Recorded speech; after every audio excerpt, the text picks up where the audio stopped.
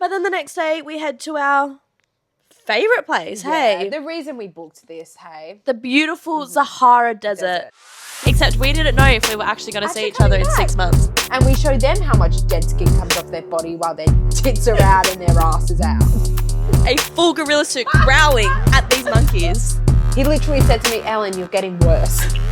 You girls good? And I was like, no.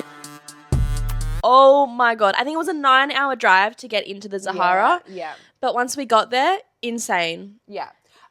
When you booked the trip, it literally said camping in the Sahara Desert, and it's something we were about. Like we said, we're not little princesses. We camp. We've stayed in the wilderness. Love the wilderness. It's our bitch now after Egypt. Here comes the after whore. That Cairo hotel. Gosh, we're like Bear Grylls out here. Exactly. So we've showed up. We're camping in the Sahara. Yeah. Oh my gosh. And that's what it was. It was a tent. But what I don't, it was 2 single beds in a tent. But what I don't understand is the colour of it. The colour was black. But this tent wasn't any tent. It wasn't like a normal tarp or anything like that. It was black blankets with some poles. Yeah. Which I loved. A hole cut out as a window. Yeah, the hole cut out, but it had a lock. It did. I'm not quite sure what the lock would do because you just had to lift the blanket up to get in. As we said, half of our group were older.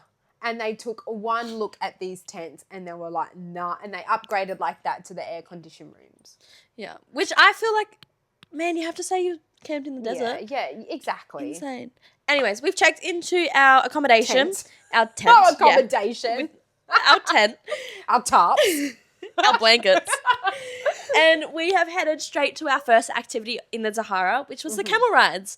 Once again, I get to ride a camel. Camels. It was so uncomfortable. Yeah. I remember we did the sunset walk, so we walked about 15 minutes into the Sahara, and we had then gotten off, and we spent about 15 minutes taking photos, just sitting there with the group, just talking shit, of course, and just watching the sun go down over these sand dunes, never-ending sand dunes. It was like a scene from Aladdin.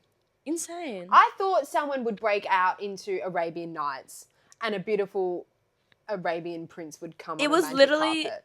The backdrop of, what are they called? The Those computers? screensavers. It was that computer screensaver. We were in awe. It was absolutely beautiful. And then we jump back on those camels. Yeah. Once again, I'm so uncomfortable. We'll have to share the video. And I'm just holding on for dear life as this camel. So it leans forward and then goes back. And you have to lean with it, but it's like a whole roller coaster. Yeah. And it's high. But we've jumped on. We've headed back. We got in there safely. We've had some dinner. We've gone to sleep because the next day we have a 4x4 adventure through the Sahara. Yeah, a little, It was so much fun. And they took us through the outskirts of the dunes. They didn't take us through the dunes, but they took us through the outskirts. And they took us through the several nomad villages. Oh, well, villages is a term I use loosely. Yeah. And we got to learn about the people and the life they live. And we found out that our tour guide, Abdul, was actually a nomad. Yeah, and it was really cool to see, I would say, because coming from the way that both of us were brought up, obviously we are both extremely lucky and extremely grateful. We got brought up in a house and, you had your running shoes, you had your going out shoes, you had your sandals. Yeah. These families literally had sticks and tents. Yeah. Like sticks and blankets. Yeah. And they would move depending on where the water is. Yes. And wherever the water was in the winter and the summer and stuff like that, that is where they would go. And the only way for them to make money is they had a herd of goats with them, probably about 5 to 10 goats each family, and the dad or the older person in the family would take the goat into town and walk about 2 days into town to sell this goat out of market, and then he would have to walk the 2 days back. And they weren't getting much money, but that is just how they survived throughout. And it was just insane. It really brings you back down to earth to realize you don't need all of this fancy stuff to live. No. And they were so happy and welcoming. The mum came and made tea for us all, and we met this little boy, and they were telling us that it's up to the kid to decide if they want to go to school. Yeah, the kid could choose whether they wanted to stay a nomad or if they wanted to go get an education. And this beautiful boy that we met, he didn't like school. He must have been 8 years old. I mean, feels, man. Nobody likes school at 8 years old. No. So he didn't have to go, and he chose to stay with his mum and dad and help And then he can decide later in life to return to school. But it was just so interesting to learn. Yeah, and it was really cool because obviously Abdul, our tour guide, had grown up being a nomad. So he was speaking to the little boy saying, go to school, go get an education. Like, I know you're not going to want it now, but you were going to love it once you get there and you see what it's like. And Abdul had just made such a good life for himself. He had a family, a wife back home, and just to see where he grew up. And these family don't have much. They don't have a lot at all, but they still welcomed us with open arms and boiled the kettle, and we all had tea. And we just sat under their black tent, really. After Egypt and Morocco, tour guides, I think, is quite a well-respected job. And, like, if they've got that job, they're doing well for themselves in those countries. So absolutely. It was so cool to know that he started as a nomad and now is, like, got a profession in tour guiding. It's really, really cool. Well, that afternoon after our 4x4, we did the best experience of I know I say that a lot, but the best experience of my life. Oh, highlight for sure. And it was quad biking through the dunes.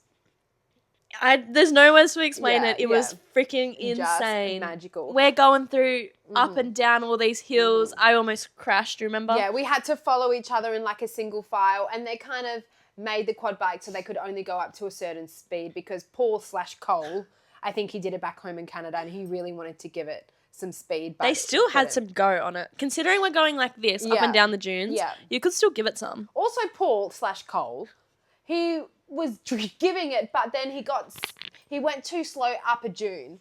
And if you go too slow up a dune, it just really messes it up for the people behind you. And I was behind you and he got up there, but because he was so slow, I was slow and I got stuck on the dune and I bogged myself and I was revving it, trying to get up. And I was behind Ellen, so she's revving it, and I'm copping all the sand that's coming backwards. And she's looked back and she's like, oh, and I'm covered in sand. Thanks. But I would spend that flight money all over again, 5 times the amount to do that quad biking experience. Yeah, for sure. Because it was only the 7 of us that were good friends. Group, that became good friends. It was only us that did it because the oldies didn't want to do it. Fair enough. Yeah. But we just had the best time. We took a snowboard and we snowboarded down the dunes. Yeah. And once again, the sun was setting. Beautiful. And it was a hefty ride back to Marrakesh. But another activity that was offered on this tour was a traditional Moroccan hammam. Now, I have done a Turkish hammam with another friend of ours, and I thought it was such an interesting cultural experience that I really wanted Lani to do it for herself. But it is a very intimate experience, and because Lani and I have been traveling for so long together and we know each other well, that we felt comfortable with each other doing it, the two of us. So I wanted to do it. I wanted you to experience, but I had asked our tour Abdul multiple times at the start of the tour, before we booked it, once we booked it, before we went, is it a private hammam? And he said, yes, just the two of you, private. And Ellen was like, would you do a hammam? And I thought, look, it's not something I've ever thought about, but I'm not going to say no. I'm in Morocco. I'll do a Morocco hammam, sure. And the one thing I said was, is it just going to be the two of us? Because you're butt naked. Naked. Yeah. So I was with Ellen every time she was like, and he was like, yeah, it's private. Pirate. Ahoy. Captain. Captain. And he said, yes. You know how it goes. You know us by now. It was not private. Yes, it was We not. went with 2 other people on our group. One of them was an older lady, very confident in herself, was just loving it. And it was just like... It was like you walk into the room and she was like, okay, drop your robe. Here's a paper G-string and drop your robe. The G-string it's a piece of floss. It's tissues. But basically, what hammam, you go in and they scrub you down. They give you a wash and then you go in a sauna and then they lay you down on a masseuse bed and they give you like a really good sugar scrub or some kind of scrub and you should see all the dead skin that comes off your body. They wake you up. She did she do the same to you? Yeah. She tapped me and she was like, look, and I was like, I'm already butt naked on a marble table and now you're showing me my dead skin. Thank you, but I just feel uncomfortable right And then now. we got off this massage table and there was a little like hot tub jacuzzi spa thing next to her, and she's like, go wait in there while we scrub these other two random people you met 2 days ago. And we show them how much dead skin comes off their body while their tits are out and their ass is out. Ellen and I just sitting in the hot tub, just like looking not up. looking at each other, looking at the wall. Like, Where do you look in that situation? What are you meant to do? And then after it's over, they were like, come join us. Like, we get dressed and everything. Come join us for some tea and biscuits. And we're sitting on the table around with those other two people, just like avoiding eye contact, playing like chasey with our eyes. How are your biscuits? Yeah, how good are these cookies, eh? I've just seen you butt naked. Oh. Anyway, throughout the whole trip, like I said, Abdul was really good with the safe salad. Safe salad. Safe salad, safe ice, safe everything. However, it wasn't safe enough. No, because it was going to hit. It's not a trip with Ellen and I unless We get our the stomach shits. doesn't... Like, if we're doing a trip together, we know our stomach's not going to agree somewhere along the line.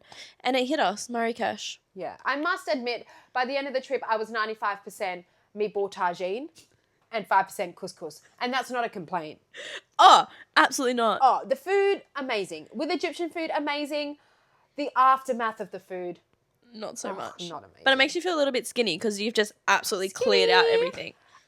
Moroccan belly was nowhere near as severe as Egyptian belly. No way. I think Moroccan belly from memory only went for like a couple days. And then after that, it was okay. Yeah. Whereas Egypt belly lasted so much longer. But we still had to get on a flight. And our next destination was Sri Lanka. Sri Lanka!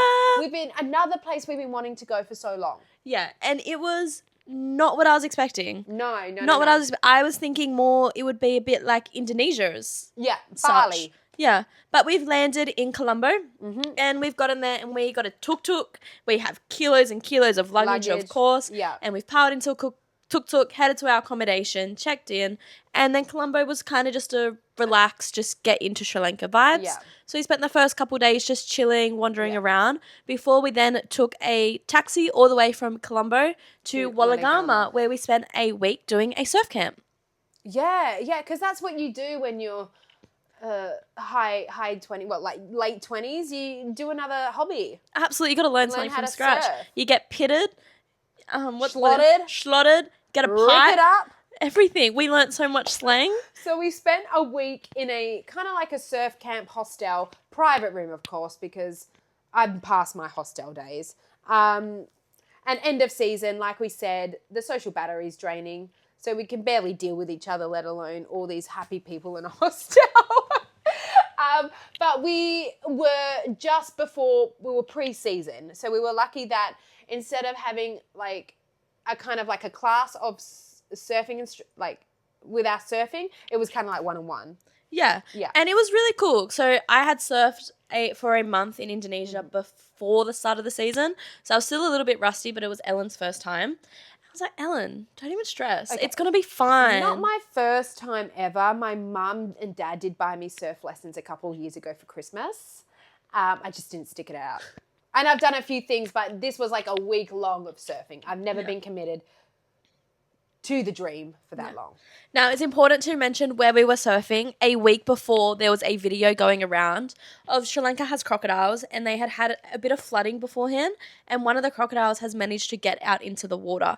And a week before we had arrived, there was videos of this crocodile surfing the waves that we were just about to go surf. Yeah. And all I could think when I was in there, because the water was also a little bit dirty, everything that touched my foot was, I'm done. I'm going to get eaten by a crocodile. Not a shark, a crocodile. Yeah. And I got this question a lot, and I still do.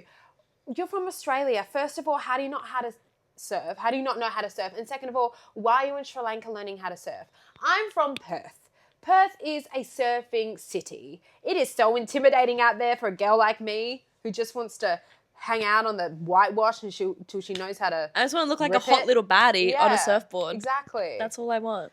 So we did a few lessons. It was humbling, to say the least, for me anyway. We were on different levels. I was level 1 and Lani was level, 3 or something. So we were separated. But there was one day where I was surfing with my instructor and they push you on the back of the board. And and I was ready for this wave. He's like, you ready? And I was like, I'm going to get this wave is my Get pitted, baby. Let's do it. And I'm feeling good. I'm paddling, and I'm about to pop up and then I get jolted back. And I'm like, what was that? And my leg rope was wrapped around my instructor's leg and it like full on ripped him under. And I was like, Hashish. And I looked and I was like, are you okay? And he literally was out of commission for the next week.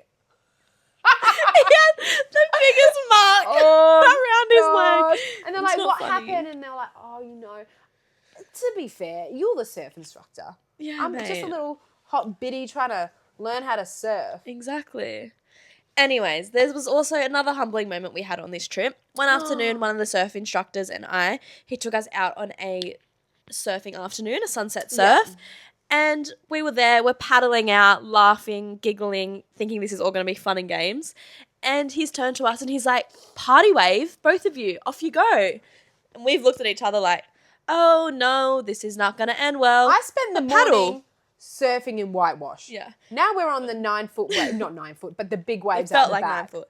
And we're paddling, and we've gotten on this wave, but we didn't stand up. Both of us just straight down, hit the sandbank, and we got up, and I'm coughing, splattering. There's so much water up my nose, in my ears. And it was just so humbling. It was. So humbling. Did that happened several us? times. Did we learn? No.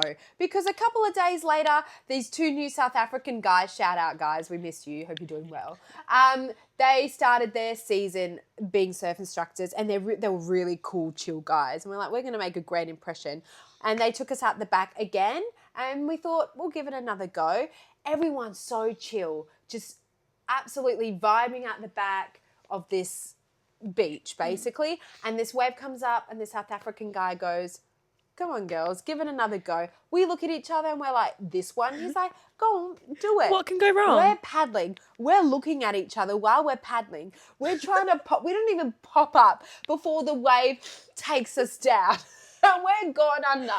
And I've got an 8.7 foot board, a big one, and Huge. It's heavy, and you've got a big boy too. Yeah. And it's taking us for a ride, like whipping us all over. And we get up, like water in our lungs, and we look at each other and we just laugh. And it's because it's so chill and silent. And we get up and it's like we're drowning, but we're laughing at the same time. So it's kind of like a camel noise, the gargling that I was talking. And the South African guy, Finn, is just looking like, are you girls good? And I was like, no. Mentally, physically, because neither. And part of the package was you get a video analysis, right? Gosh, not the video and analysis. like I said, I graduated, I was doing whitewash, but I graduated the next morning to green water. And I pumped this wave and I was like, I'm a little badass baddie. I'm on this 3-4 foot wave, killing it. Cut to video analysis and you see me and I was like, the wave's gosh. this big. First of all, I'm popping up on that board like I'm 65 years old. Have I never done a burpee in my life? I've got the biggest like curved back. I'm taking 5 hours to actually stand up on the board and my knees are wobbling, but it was just like, just looking at me and I look at my beautiful surf instructor, the British one who I hurt with the leg, he's out and I got replaced with a Sri Lankan guy called Baba. And he's just laughing. He's just laughing at me. He literally said to me, Ellen, you're getting worse. And after that comment, we thought, let's finish our week in Mulligama and let's head to the National Park of Yala. So we got in our taxi. We've been humbled all week. We're sore. Our body's aching. We're like, let's get to Yala, okay? Yeah. Treat ourselves. I want to do this taxi. national park. This is going to be amazing. We're going to see leopards. Boom. 4 a.m. We're awake in this bus heading, or in this forward drive truck heading out. And this guy had shown up and we thought, perfect. Yeah. This is our driver. Booking for 2 for safari. He said, yeah. We said, let's get in that car. Let's do it. We've jumped in. We start driving. 15 minutes down the road. He's on the phone. Someone's calling me as well. Hi, where are you? We're waiting for you outside your hotel. While we're in the back of some other random car. Anyways, turns out we've gotten into the wrong forward drive car. So Only we've us. had to turn back around, head back to our accommodation. Yeah, where our actual And swap car's waiting. cars. Yeah. And so God knows, that guy could have kidnapped us. And in that car is a couple who have been waiting on the side of the road for us to come back because we got on the wrong car. Yeah. Dingleberries we are. So we've gotten to Yalla National Park and we're at the entrance and we were the first ones in line. Not quite sure how. He booked it. That's Booked why. it. Yeah. And we're going and it's going good. We spent about an hour driving around looking at all these wildlife. Really cool. Then all of a sudden, bang. Second mistake. The car breaks down in the middle of this forest. But you're not allowed to get out of the car either because it is a national park and the animals that are in it, there's elephants, leopards, honestly, Buffalo, bears. crocodiles, you name it, they're in this park, so you cannot get out of this park. So the driver's broken down and he's like, aha, I don't know what to do. Here's some food, and just hands us our breakfast. Yeah. And then we had to wait about an hour. We waited a long time. Thank God no animals came to try and eat us. Because we would have been eaten before this emergency car came up. Would have been two snacks like us, gobbled right Gobble, up. gobble, gobble. Gobble, gobble, gobble it was. So we waited a while for this replacement truck to come get us. But in the meantime, he's like, let's give it a go. Let's give this truck a push. Can I get some volunteers? Lani was like, yeah, look at these guns. I'll get out with the two only guys in our car and try to push. I've got a video. It's so funny. And she's just back. Little Lani head just like pushing this. It didn't budge. No, it didn't. It didn't budge. But the big thing for this safari and this national park was leopards. Yes. And it was something you That's wanted an attraction. to see. Yeah. And what they did was like, they would call each other. So there were so many safari trucks in the national park and they would call each other if they found an animal. So we were darting off, we saw some elephants, darting off, we saw some bears, some buffalo, some crocodiles, but we really wanted to see a leopard. And they just didn't want to they didn't want to come out today. Until we were heading to the exit. And as we've gotten to the exit, probably about 2 minutes away, there had been this leopard just stopped sitting and laying down right there. It was huge. Yeah. The freaking thing was huge. Yeah. I've never seen anything like it. It was so majestic. I need to stop saying that. I've said that like a million times. This is Never the best seen anything like experience of my it. life. It was so cool. But it was cool. It was cool. And it was just so lucky. We got so lucky. Yeah. And then we finished off our safari and we headed back to our accommodation because the next morning we were heading to Ella where we went for some hikes. Yes. Ella was in the Green Mountains, the place where I really wanted to go to. It was raining a lot, but it was kind of beautiful because you could smell the rain and we looked out of our bedroom because it was all glass doors and you could see a view right there. The sunrise is straight. You could see from your bed. Didn't have to get out of bed. It was perfect for us. But because it was in the jungle and in the middle of nowhere, you know what there was? Monkeys. Monkeys. And we were in bed one day and we've heard this noise and it's like this dinging, dinging, dinging noise on the roof. And I've gone, oh no. What is that? Us. All of a sudden, it's gone from 0 monkeys to 15 monkeys right there. We've got clothes on the line. They've stolen Ellen's gym shorts. One was trying to get into our door. Yeah.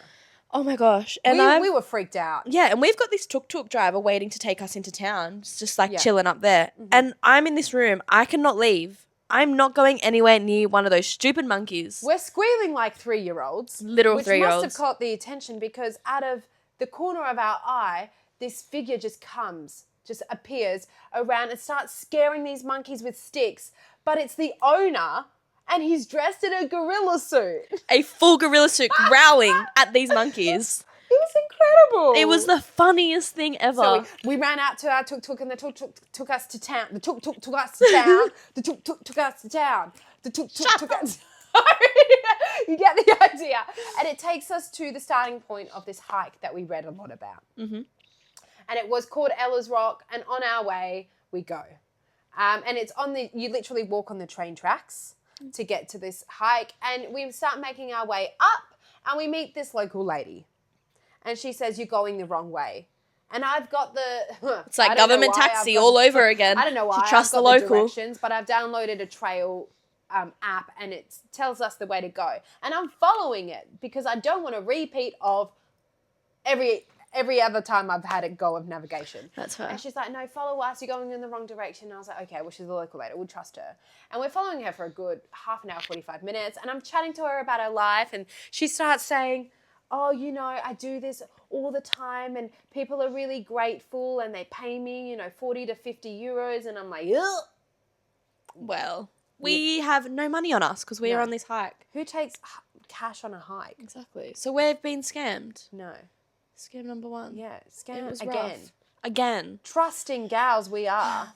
And then we've hiked all the way up the top of this mountain. We let the lady go and we were like, I'm so sorry. We so gave her the awkward. cash that we had. Yeah. And we've hiked to the top of this mountain, except the mountain was so high and it was a cloudy day, so we didn't see anything. The view, it was fog. It was Smog. fog. Yeah. But you know what we did see on the way back down? Were leeches. Literal leeches. And we had gotten to the bottom and finished our hike, and we've started getting rid of all these leeches because we don't want them on us. Anyways, I thought I'd gotten rid of them all, but no, we headed back into town, and we've gotten some lunch, and I was itchy, so I think it was my back, and I scratched my back, and there was a leech stuck on my back, and it has flinged onto the floor. Now, I thought I had squished it. I'm still to this day, I am sure I squished this leech. And, and anyways, we continue eating our lunch, and the table next to us, the lady jumps up, and she's like, leech, leech, leech. And I've just looked over, and I'm like, oh no. And I've looked at Ellen, and Ellen's looking at me, and she looks, and then this lady that's freaking out looks at me and goes, what have you done? And I was like, babes, it's just a leech. Just a leech. And it's just like the whole cafe just turned and looked at us. And I looked at Lani like, we got to go. Let's get the bill. I've never eaten so quick and paid so quick. Oh, and then we just ran. The look of disgust. Pure disgust. Sorry. Pure disgust. Got some good blood in us that the leeches love it. Yeah. What do you want us to say? Exactly. Gosh. I think people know when they come to Sri Lanka, from Ella to Kandy, there's this train. It's very famous of the picturesque views that you get. We thought about it, but like I said, I've got 30 kilos plus luggage. And so we decided to get a bus. Yeah. It was quicker, it was easier, it was cheaper. Exactly. And we made our way back to Colombo, where we thought, let's treat ourselves 2 nights in a hotel. Yeah, just chill, relax, easy. Perfect way to end it. Yeah. And then we spent 2 nights just chilling with this beautiful view. You could see the ocean from our room, and we've headed to the airport. Ellen was going to Perth, and I was going to Sydney. Yeah. We've just spent over a month together traveling, and Lani's boarding. We're in Kuala Lumpur. Lani's boarding on her flight. I don't know when I'm going to see her again, because we weren't sure what was happening this year. And she's like, okay, bye. Yeah, I just jumped on the plane. No emotional goodbye. We'd spent like 2 months together. Catch her. Yeah, I was like, bye, see you in 6 months, I guess. Except we didn't know if we were actually going to see each other in 6 months. So I didn't know the next time I was going to see you, and she was so happy being like, later. Yeah, that's me, basically. I made her hug me. It was the worst. Just kidding. I'm so happy to tick Morocco and Sri Lanka off the list. It was so good. Yeah. I think the surfing, just a great, and Ella, beautiful experience, the Sahara, but we've said it once, we've said it twice, 3 times, 4 times, and I'll say it a million times. The quad biking in the Sahara Desert. Insane. Put it on your bucket list. Must do. Buy that flight Must to do. Morocco. Absolutely, for sure. Yeah. So, till next week, sis. Yeah, see you then, sis. Bye.